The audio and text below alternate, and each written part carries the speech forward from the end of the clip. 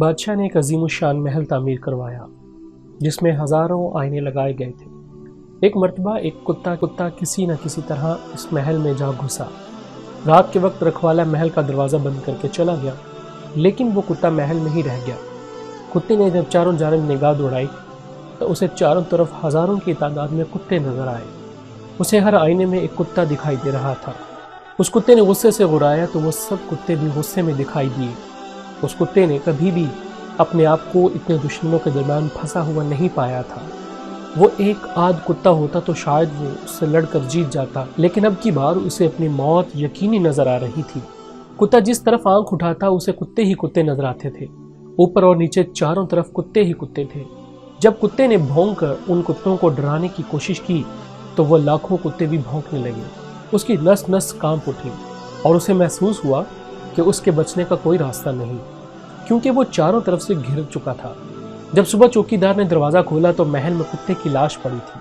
اس محل میں کوئی بھی موجود نہ تھا جو اسے مارتا۔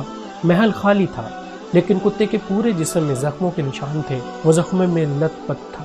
خوف اور بکھلاہٹ کے عالم میں وہ کتا بھونکتا اور جھپٹتا رہا اور دیواروں میں ٹکرے مار مار کر مر گیا۔ اس کتے کو اس کے ڈر نے ہی مار ڈالا۔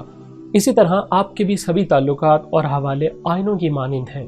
ان سب میں آپ اپنی ہی تصویر دیکھتے ہیں۔ غور کریں اور دیکھیں کہ نفرت سے بھرا آدمی یہ دیکھ رہا ہے کہ سب لوگ اس سے نفرت کرتے ہیں۔ لالچی آدمی کو یوں معلوم ہوتا ہے کہ سب اس کو لوٹنے کے منصوبے بنا رہے ہیں۔ وہ اپنے لالچ کی تصویر دنیا کے آئینہ خانے میں دیکھتا ہے۔ شہوانیت کا مریض سوچتا ہے کہ ساری دنیا اسے جسم پرستی کی دعوت دے رہی ہے۔ فقیر کہتا ہے کہ ساری دنیا ایک ہی اشارہ کر رہی ہے کہ چھوڑ دو سب کچھ، بھاگ جاؤ دنیا سے۔ آپ جو کچھ بھی ہیں وہی کچھ آپ کو اپنے چاروں طرف دکھائی پڑتا ہے، اور سارا جگ آئینہ ہے جس میں آپ کو اپنا آپ ہی دکھائی دے رہا ہے۔ اس لیے اچھے بنیے، دنیا بھی آپ کو جلدی نظر آئے گی، اور کسی بھی مشکل، پریشانی یا تکلیف میں اپنے ہوش و حواس قائم رکھیے، اور جلدی میں کوئی فیصلہ لے کر سامنے نظر آنے والے کو نشانہ مت بنائیں۔